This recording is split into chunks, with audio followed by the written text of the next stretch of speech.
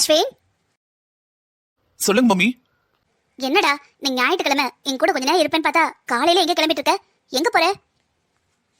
ஒன்னும் இல்லம்மா, ஃப்ரெண்டோட அக்காக்கு ரொம்ப நாளுக்கு அப்புறம் ஒரு வரன் அமைஞ்சிருக்கு. கல்யாணத்துக்கு ஃபிக்ஸ் ஆயிடுச்சான். ரொம்ப கஷ்டப்பட்டுட்டு இருந்தாங்க. ஒரு வழியா கிடைச்சிச்சு போல. அதான் எல்லாருக்கும் ட்ரீட் வைக்கிறானா. சரி வாண்ணா போயிட்டு வரலாமே, வீட்டுல சும்மா தானே படுத்திருக்கேன், அதான் போறேன். சரிடா, எப்ப வருவ? தெரியலம்மா, ஃப்ரெண்ட்ஸை மீட் பண்ண போறேன். இன்னைக்கு சண்டே வேற, வர்றதுக்கு எப்படியும் சாயங்காலம் ஆயிடும். டேய், உன்கிட்ட நான் முக்கியமான விஷயம் பேசணும். கொஞ்ச நேரம் இரு, பேசிட்டு போலாம். என்னம்மா, ஏதாவது முக்கியமான விஷயமா?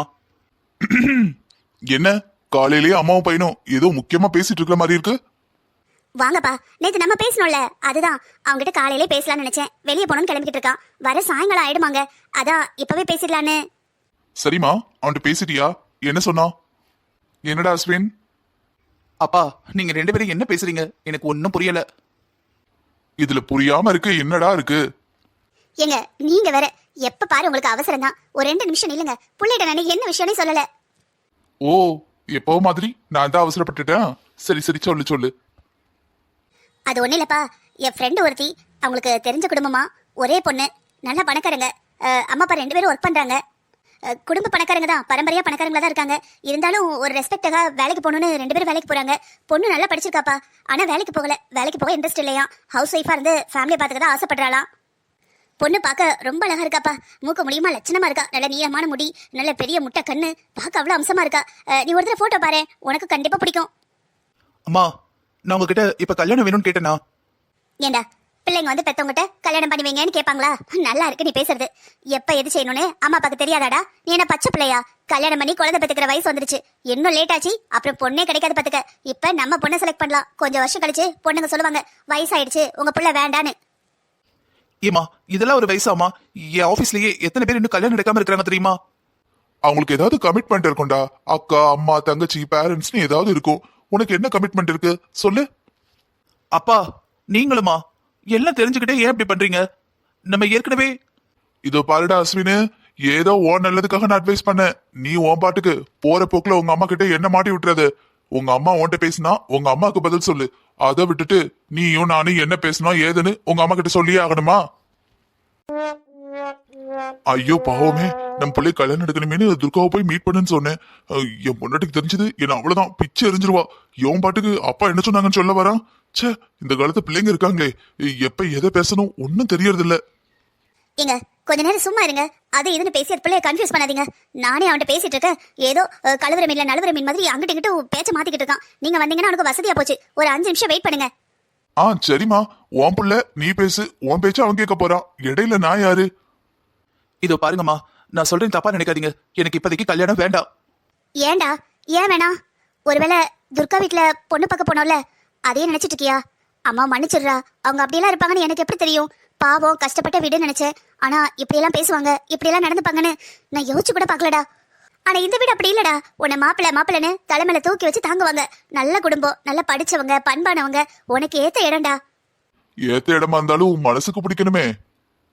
ஏங்க, நான் ஒண்ணும் சொல்லலம்மா, அம்மா சொல்றது கரெக்ட் தான். அம்மா பேச்சு கேளுன்னு சொன்னேன். அஸ்வினு, என்னடா பிரச்சனை? அம்மா அப்பா உனக்கு ஏதாவது தப்பா செய்வோமாப்பா? உன் நல்லதுக்கு தானே பண்ணுவோம். நான் வேற இந்த பொண்ணு வீட்டுல பேசிட்டேன். திங்கக்கிழமை எப்படியாவது பொண்ணு பார்க்க வரோன்னு சொல்லியிருக்கேன்.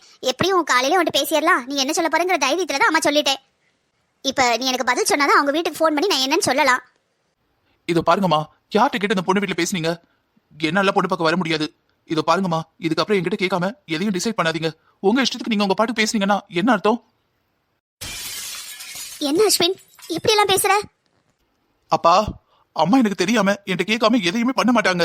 என்ன நடக்குதுங்க? நீங்களும் இந்த வீட்டுல தானே இருக்கீங்க. என்கிட்ட ஒரு வார்த்தை சொல்லல. நேற்று ராத்திரி கூட 12 மணி வரைக்கும் பேசிக்கிட்டு இருந்தீங்க. ஏன்பா?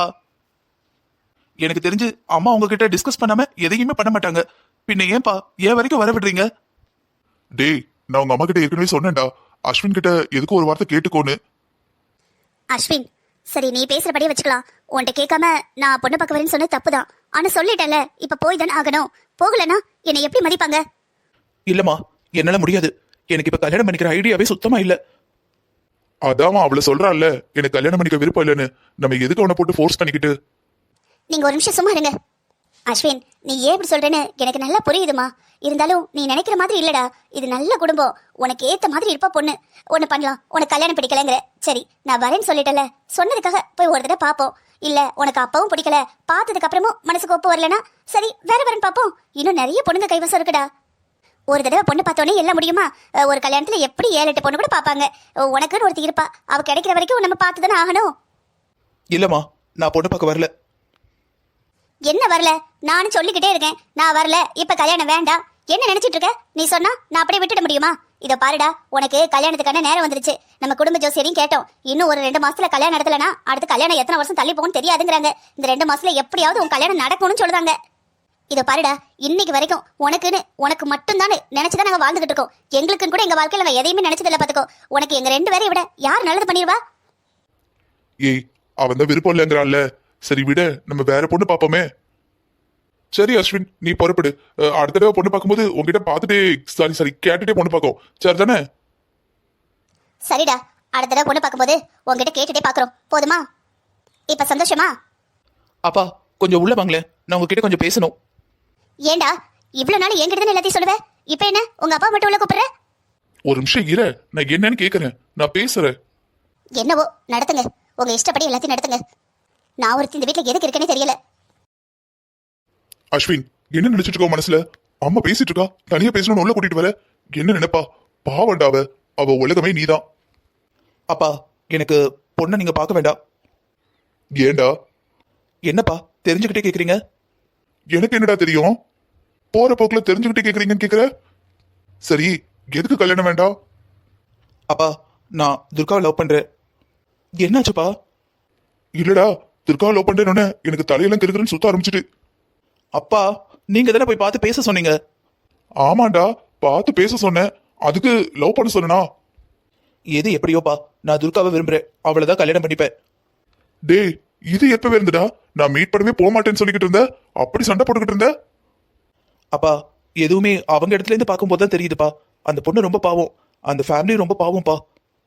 அந்த குடிகார, அந்த ஆன்ட்டி, அந்த 2 பொண்ணுங்கன்னு எவ்வளவு கஷ்டப்படுத்துறாரு. ஓ, அப்படி லவ் பண்ணல, அந்த பொண்ணை பார்த்து உனக்கு பாவமா இருக்கு, அதான் வாழ்க்கை கொடுக்கலான்னு நினைக்கிற. இந்த பாரு அஸ்வின், உனக்கு பாவப்படுற மாதிரி தோணுச்சுன்னா ஏதாவது ஹெல்ப் பண்ணு, இல்ல வேற மாப்பிள்ள கூட பார்த்து கொடு. ஆனா ஒரு பொண்ணு மேல பாவப்பட்டுல கல்யாணம் பண்ணிக்காது, பின்னாடி தப்பான முடிவெடுத்துட்டோமோன்னு தோணும். இல்லப்பா, நானும் அந்த மாதிரி முட்டாள் கிடையாது. ஒரு பொண்ணு மேல பாவப்பட்டுலாம் கல்யாணம் பண்ணிக்க மாட்டேன். எனக்கு துர்காவை பிடிச்சிருக்குப்பா. நான் கல்யாணம்னு ஒண்ணு பண்ணிக்கிட்டா அது துர்காவை மட்டும்தான்ப்பா. இது எப்பவே இருந்து? இது ஒரு 2 வாரமாப்பா. ஓ, அதான் சார் 2 வாரமா வீட்டுக்கு லேட்டா வரீங்களோ? ஆபீஸ்ல எக்ஸ்ட்ரா ஒர்க்னு சொல்லிட்டு அந்த பொண்ணை பார்த்துட்டு வரியா? ஆமாப்பா. அப்போ இன்னைக்கு கிளம்பினது? அவ சண்டே பக்கத்துல இருக்கிற லைப்ரரி வருவாப்பா, அங்க அவளை பார்க்க போகதான். நீ மட்டும் தான் விரும்புறியா, இல்ல அந்த பொண்ணும்? துர்காக்கு என்ன பிடிச்சிருக்குப்பா, ஆனா சொல்ல மாட்டேங்கிறா. டேய், சில பொண்ணுங்க பாக்குறதே நம்மள விரும்புற மாதிரி இருக்கும், அதுக்காக அவங்க நம்மள விரும்புறாங்கன்னு தப்பா நினைச்சு கூடாதுடா. அவளும் நம்ம வீட்டுக்கு வந்து அவமானப்பட்டு போடாருன்னு ஒரு மாதிரி குற்ற உணர்ச்சியில உன்னை பார்த்து சிரிச்சிருக்கலாம், பேசி இருந்திருக்கலாம். உடனே லவ் பண்றான்னு நீயே முடிவெடுத்துறாத. அதெல்லாம் இல்லப்பா, அந்த பொண்ணு வாயால சொல்லல, ஆனா கண்ணால பல தடவை சொல்லிட்டா. நான் கிளம்புற டைம்ல போகாதுடாங்கிற மாதிரி இருக்கும் அவ பாக்குற பார்வை. சரிடா, அப்ப அம்மா கிட்ட இதை பத்தி பேச வேண்டியதானே? இல்லப்பா, துர்கா கிட்ட நான் சொல்லிட்டேன், ஆனா அவ ரொம்ப யோசிக்கிறா. நம்ம குடும்பத்துக்கு அவங்க குடும்பம் பொருத்தம் இல்லைன்னு நினைக்கிறா. கல்யாணம் பண்ணிக்கிட்டா அவங்க அப்பா நம்மள அவமானப்படுத்துவாருன்னு பயப்படுறா. உடச்சு சொல்ல போனா உங்களுக்கும் அம்மாவுக்கும் எந்த அவமானமும் வந்துடக்கூடாதுன்னு தான் ரொம்ப பயப்படுறாப்பா. நான் சொல்லிட்டேன், அவ எப்ப அக்செப்ட் பண்ணுவான்னு காத்துக்கிட்டு இருக்கேன். அவளும் சரின்னு சொல்லிட்டானா இன்னும் ஒருத்தர் பேசி நல்லா புரிஞ்சுக்கிட்டதுக்கு அப்புறம் நாங்க 2 பேரும் உங்க 2 பேரும் சொல்லி கல்யாணம் பண்ணிக்கலாம்னு நினைச்சேன். இவ்ளோ நடந்திருக்கு, என்கிட்ட நீ எதுவுமே சொல்லல. நான் தானடா பேச சொல்லி அனுப்பியே வச்சேன், என்கிட்டயே மறைச்சிட்ட தானே? சாரிப்பா, அந்த பொண்ணை பார்க்க தான் போறேன், அந்த பொண்ணை விரும்புறேன்னு சொல்றதுக்கு ஒரு மாதிரி இருந்தது.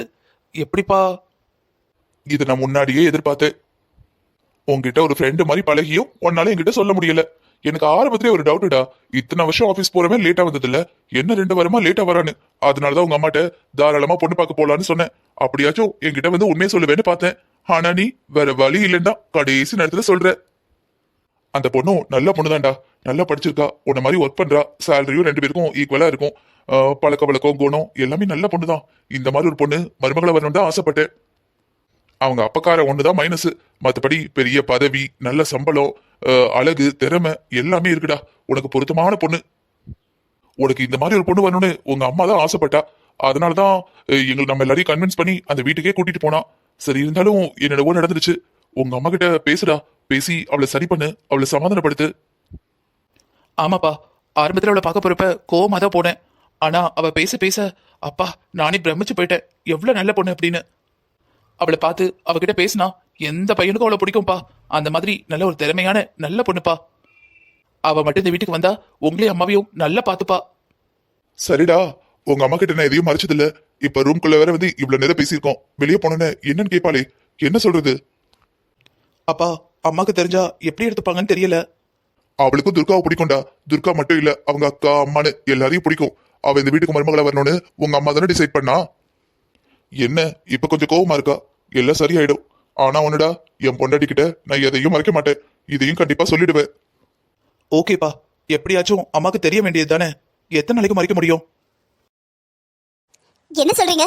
துர்காவை கல்யாணம் பண்ணிக்க ஆசைப்படுறானா? அவன் தான் சொல்றானா? உங்களுக்கு மூளை எங்க போச்சு? அவன் தான் சின்ன பையன், எதிர்காலத்தை பத்தி யோசிக்கல.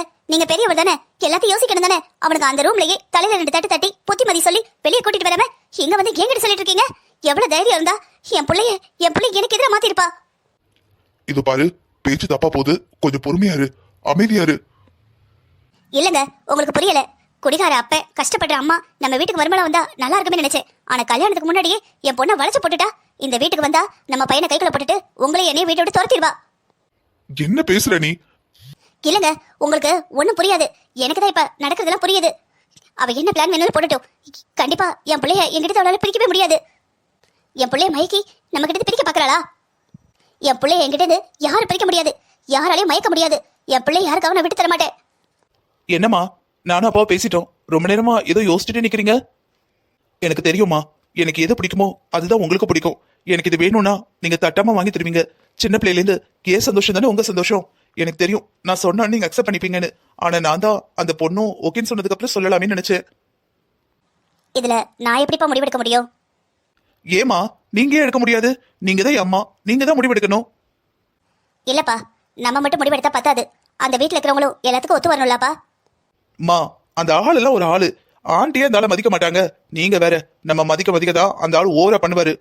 துர்கா தான் இந்த வீட்டுக்கு மருமகன்னு நீங்க சொன்னா போதும்பா. அதுக்கப்புறம் அந்த குடிகாரன் என்ன பண்ணிடுவான்? நீங்க ஒரு வார்த்தை ஊன்னு சொல்லிட்டீங்கன்னா எல்லாருக்கும் சந்தோஷம் ஆயிடும். ச்சே, என் புள்ள என் மேல எவ்வளவு நம்பிக்கையா இருக்கான். இப்ப மட்டும் இந்த கல்யாணம் நடக்காதுன்னு சொன்னானா அவன் என்ன நினைப்பா? என் மேல வெறுப்பு வந்துருமோ? எப்படியும் அந்த பொண்ணை விரும்புறேங்கிறான். வேண்டான்னு சொன்னா என் மேல கோவப்படுவான். அந்த கோவத்தை தாங்குற அளவுக்கு என் மனசுல சக்தி இருக்கா? இத்தனை நாள் நான் காட்டின பாசம் பண்ணு எல்லாமே வீணா போயிடுமே. என்னால என் பிள்ளைய பிரிஞ்சு 5 நிமிஷம் கூட இருக்க முடியாது. இதுல கோவப்பட்டு வேற ஏதாவது முடிவெடுத்துட்டா? இல்ல, எனக்கு என் புள்ள ரொம்ப முக்கியம். என் புள்ள மட்டும்தான் முக்கியம். என் பிள்ளை மேல கோவப்படக்கூடாது, என்னை விட்டு பிரிஞ்சிடக்கூடாது. என் பிள்ளைக்காக நான் என்ன வேணா செய்வேன். அதே மாதிரி துர்கா இவனை விரும்புறேன்னு சொல்லி மறுபடியும் இந்த வீட்டுக்குள்ள வந்துட்டானா அப்புறம் அவ குடிகார பணம் உள்ள வருவான். அப்புறம் இந்த வீடு சந்தக்கடை மாதிரி ஆயிடும். என்ன பண்றது? என் பிள்ளையோட ஆசைக்கு சரின்னு சொல்லவா, இல்ல ஒரு தடமான அம்மாவா இருந்து இந்த கல்யாணம் நடக்காதுன்னு சொல்லவா? எனக்கு புரியலையே. என்ன பண்ண போறேனே புரியல. எப்படியும் சிவஞான புருஷனை வேணான்னு சொல்லவே மாட்டா. குடிகாரனா இருந்தாலும் கடைசி வரைக்கும் புருஷன் அவர் கூட இருப்பாருன்னு என் முன்னாடியே சொல்லியிருக்கா. நான் என்ன பண்றது? எனக்கு இந்த ஆளை கண்டாலே பிடிக்கல. கல்யாணம் நடந்துட்டுனா இவனோட மாமனார் இந்த வீட்டுக்குள்ள வருவாரு. என் மருமகளோட அப்பன்னு வருவாரு. வராதீங்கன்னு எப்படி சொல்ல முடியும்? சரி, நடக்குது நடக்கட்டும். இது நாள் வரைக்கும் என் பிள்ளைக்கு எதையுமே நான் இல்லைன்னு சொன்னதில்ல. கடவுள் மேல பார்த்த போட்டு இந்த கல்யாணத்தை பண்ணி வைப்போம். மீதியை கடவுள் பார்த்துப்பாரு. அம்மா, என்னம்மா எவ்வளவு நேரம் கூப்பிடுற? அப்பப்ப ஏதோ யோசிச்சு அமைதி நின்றீங்க.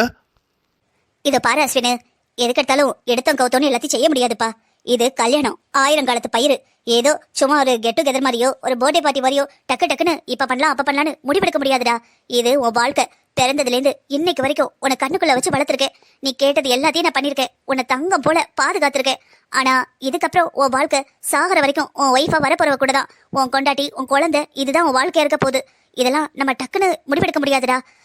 ஒரு கல்யாணங்கிறது 2 குடும்பம் சேர்ந்து வாழ்றது.